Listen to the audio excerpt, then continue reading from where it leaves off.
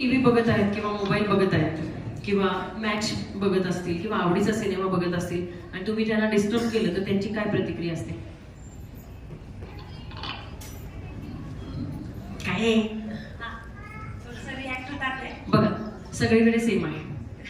कारण त्यांचा स्वभावच कडक. मला सांगितलं मुलांनी की त्यांचा स्वभाव कडक आहे आणि म्हणजे असं हळू बोलणे हे एवढं त्यांना जमत नाही. प्रेमाने बोलणे वगैरे, आवाज पण तसाच आहे मोठा.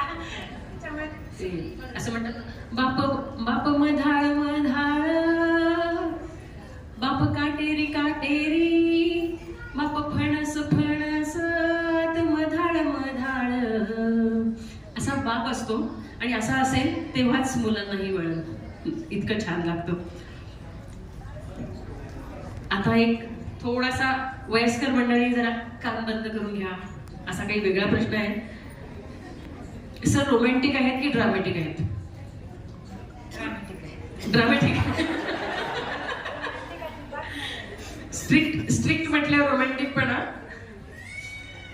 नवरा किंवा सर कोणाला घाबरतात? तुम्हाला घाबरतात, लाईट बिलाला घाबरतात की त्यांचा मोबाईल तुम्ही घेतल्यावर घाबरतात?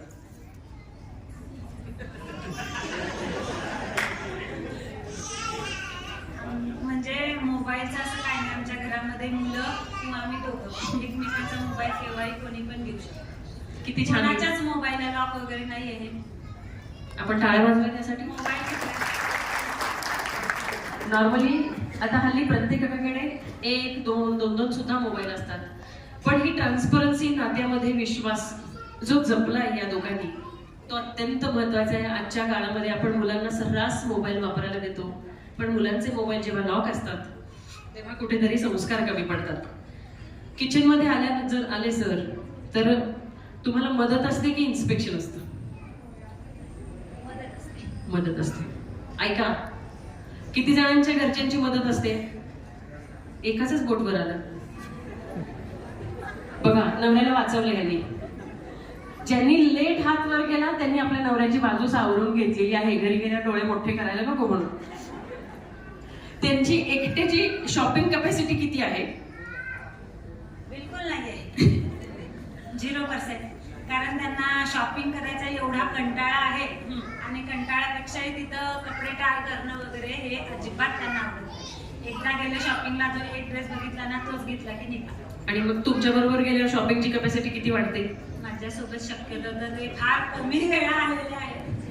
तुमचं तुम्ही जा, तुम्हाला काय हवं ते घ्या. आता जेव्हा प्रणव त्यांना नेतो ना शॉपिंगला, त्यालाच ओरडतात किती वेळा चेंज करायचं, किती वेळा ट्राय करायचं.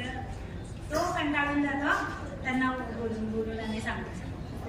म्हणजे जे मिळाले ते आनंदाने ते स्वीकारून पुढे जातात, जास्त चिकित्सा करत नाहीत. बरं, आता शेवटचा प्रश्न विचारते. कशात पटाईत आहेत? ऍडवाइस देण्यात की काम पुढे ढकलण्यात? आणि ते तुमचं किती टक्के ऐकतात? 90%, 100%, 101% की 0%? नवरा बायकोंचं नातं म्हणजे असं असतं की काही काही गोष्टींमध्ये 100% ऐकतात आणि कधी कधी थोडंसं एखाद्या गोष्टीसाठी वाचतात. आज संधी आहे तर त्यांना काय सल्ला द्याल? सल्ला देणं असं काहीच नाही आहे. म्हणजे सल्ला देण्यासारखं असं नाहीच आहे. जसं आतापर्यंत त्यांनी सपोर्ट केला मला प्रत्येक गोष्टीला, माझ्या प्रत्येक आवडीनिवडी जपल्या, मला प्रत्येक गोष्ट त्यांनी करायला हे केलं. मला 4 व्हीलर चालवायला शिकवली, गाडी शिकवली, म्हणजे सगळं असं. यापुढे पण त्यांनी मला प्रत्येक गोष्टीला सपोर्ट करावं एवढंच. आता सरांना प्रश्न आहे.